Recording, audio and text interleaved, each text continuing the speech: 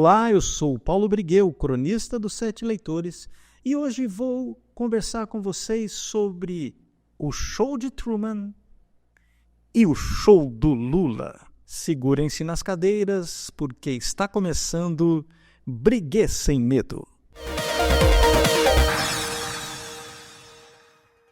Bom, a primeira notícia que eu quero comentar com vocês aqui é o discurso do vice-presidente americano J.D. Vance na Conferência de Segurança de Munique, na Alemanha. Esse discurso foi feito na sexta-feira, na última sexta-feira, dia 14 de fevereiro, e eu posso dizer, sem medo de errar, que foi um discurso histórico, um discurso marcante e um verdadeiro divisor de águas nas relações entre os Estados Unidos e os países europeus. Uma das frases que marcaram muito esse discurso foi a seguinte: agora nós temos um novo xerife em Washington. Então ele deixou as coisas muito bem claras.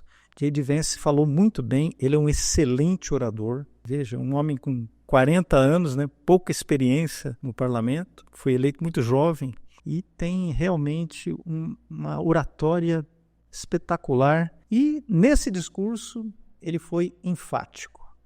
Ele falou sobre temas muito sensíveis que envolvem a comunidade europeia, o Reino Unido e o movimento globalista. Temas sensíveis aos líderes globalistas que não gostaram nada, mas nada mesmo, desse discurso do Vance.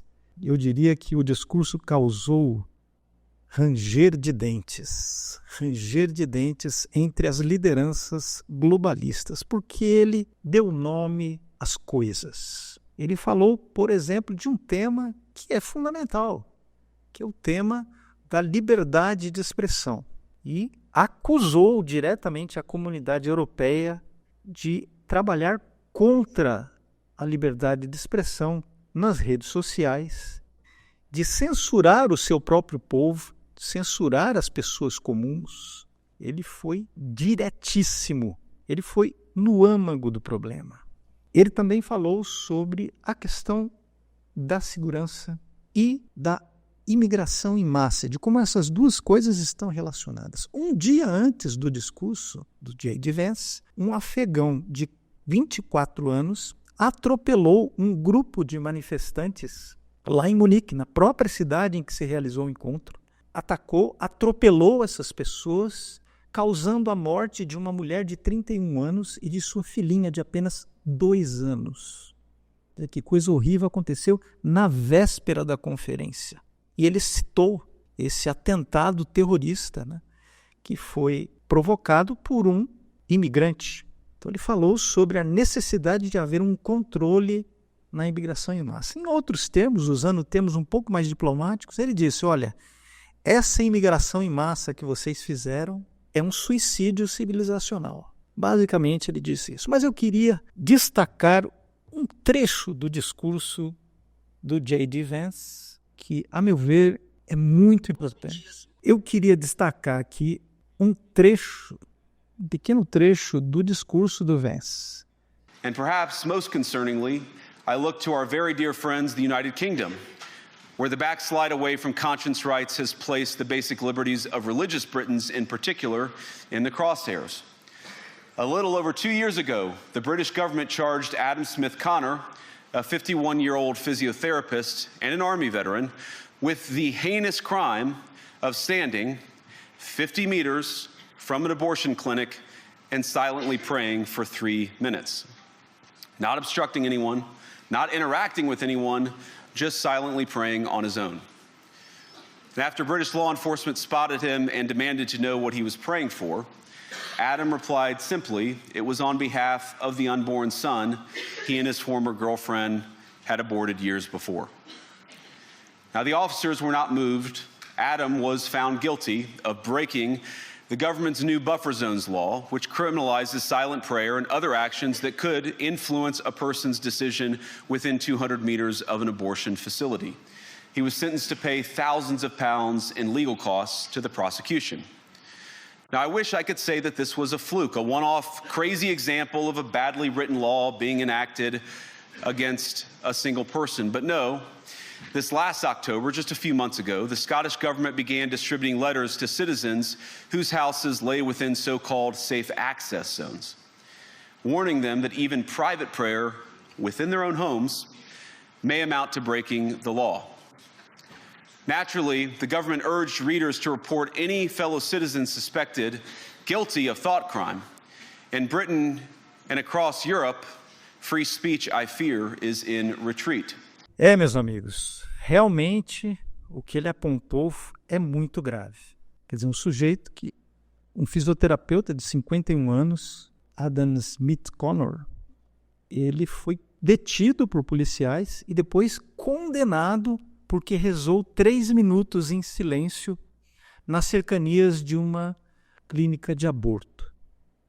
Rezou em silêncio. Rezou pelo filho que ele não deixou nascer há 21 anos. Ele fez um aborto, ele e a sua ex-namorada fizeram um aborto nessa clínica. Ele estava lá rezando, foi detido e foi punido por estar rezando, pelo crime hediondo. Ele até usa essa ironia, né? O crime hediondo de rezar em silêncio perto de uma clínica de aborto.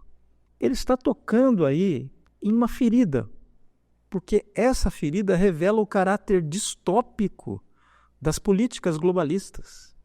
Quer dizer, o sujeito é preso por crime de pensamento. E na Escócia, como ele disse, as pessoas podem ser punidas até por rezarem dentro de casa, se elas morarem perto de uma clínica, de uma dessas zonas de exclusão, zonas de segurança, zonas tampão, né, das clínicas de aborto. Para mim, isso mostra a decadência, a origem da crise de valores que está destruindo a Europa, a origem desse suicídio civilizacional. Se você quiser ler mais sobre esse assunto, assine a Gazeta do Povo, que está agora com uma promoção especial. Nos 3 primeiros meses você paga apenas R$1. Eu escrevi uma crônica sobre essa questão do Adam Smith Connor, né? Desse homem punido por rezar em silêncio perto de uma clínica de aborto. E está lá a minha crônica. Você tem acesso a todas as minhas crônicas assinando a Gazeta do Povo.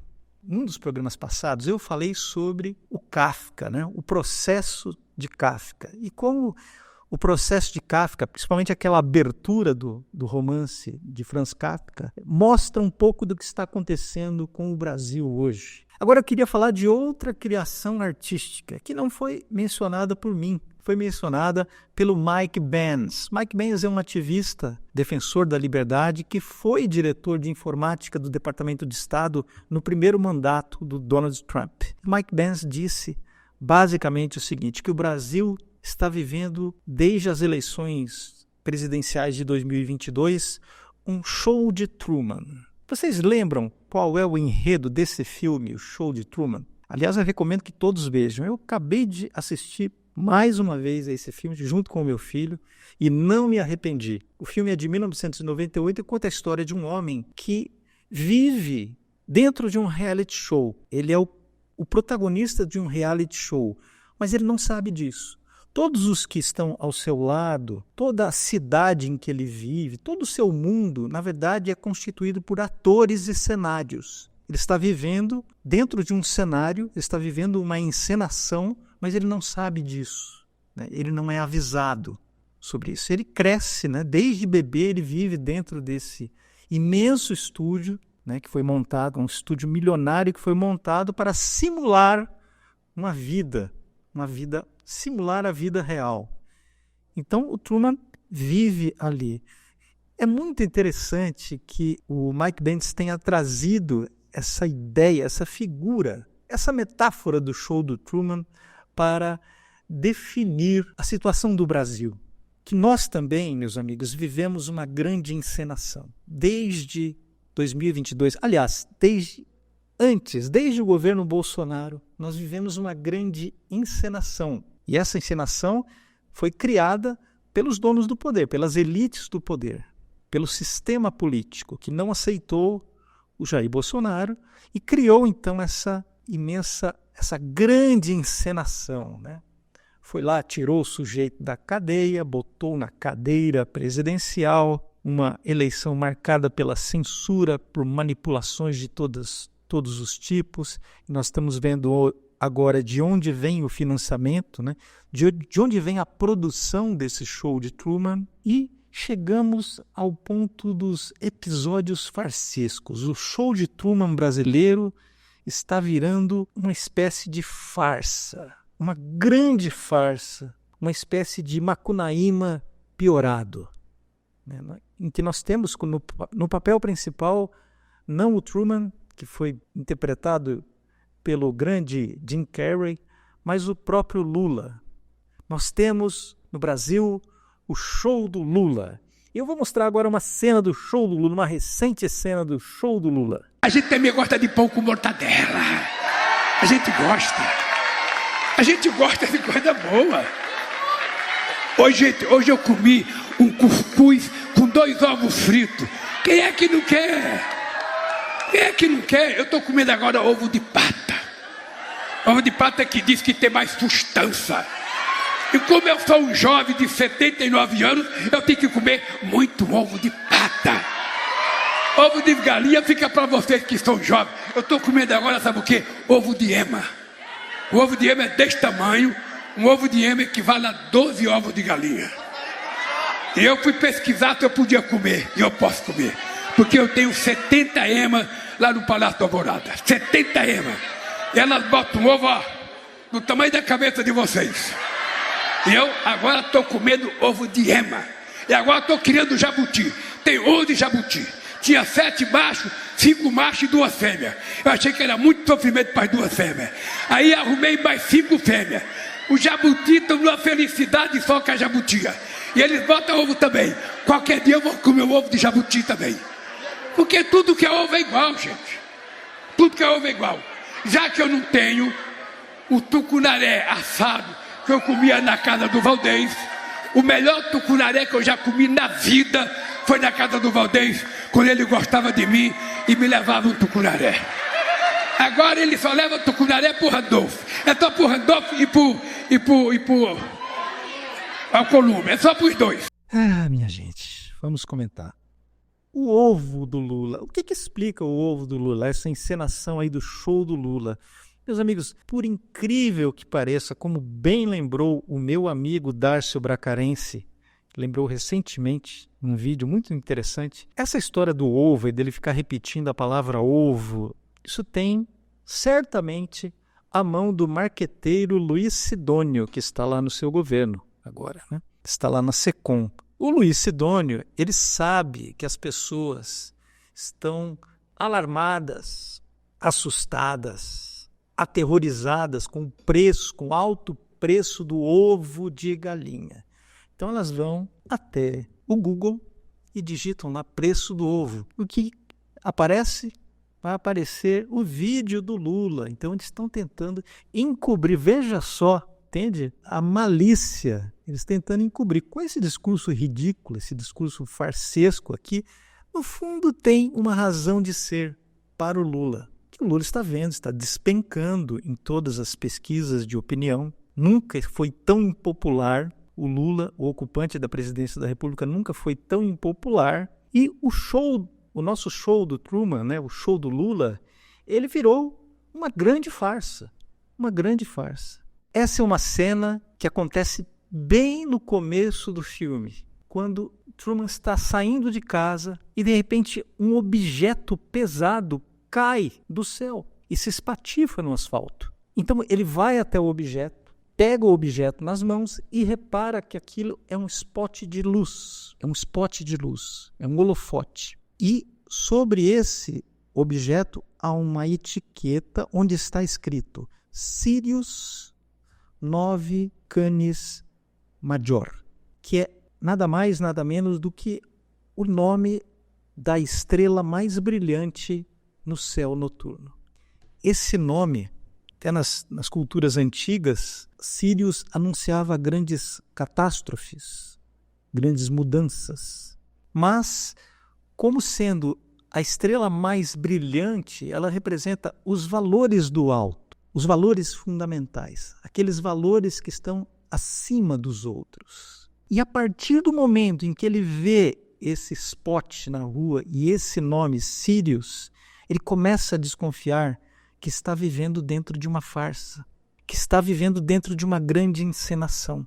A partir daí ele começa a desconfiar disso. E como é que ele faz isso? Olhando para aqueles valores mais altos. E é isso que nós temos de fazer para acabar com o show do Lula, para acabar com essa farsa. Briguei Sem Medo vai ficando por aqui. Um grande abraço e fiquem com Deus. Ter coragem para mostrar a verdade. Isso sim é jornalismo. E na Gazeta, você lê apenas os colunistas que sabem disso. Quando o assunto é luta contra a censura, Constantino, Pousonoff e Fiuza. Se é a defesa dos seus valores, Mota, Garcia e Deltan. Para elevar ainda mais o debate, J.R. Guzzo. E aí, já garantiu o acesso a esse time? Assine agora! Clique no link e acompanhe todas as colunas exclusivas. Gazeta do Povo, aqui a opinião é de outro nível.